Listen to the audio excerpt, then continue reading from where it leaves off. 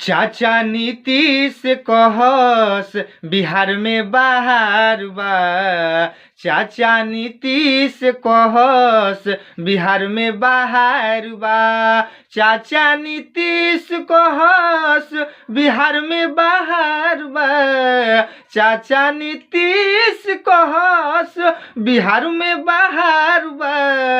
अधिकारी लोगवा घूस मांगे जनता लाचार बा। अधिकारी लोगवा घूस लेता जनता लाचार बा। जमीन के रसीद कटवाई कर्मचारियों ना सुनेला।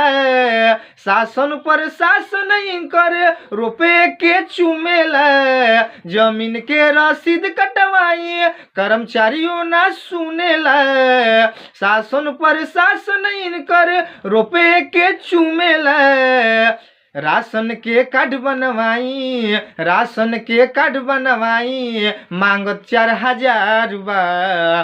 चाचा नीतीश कहस बिहार में बहार बा। अधिकारी लोगवा घूस मांगे आम जनता लाचार बा।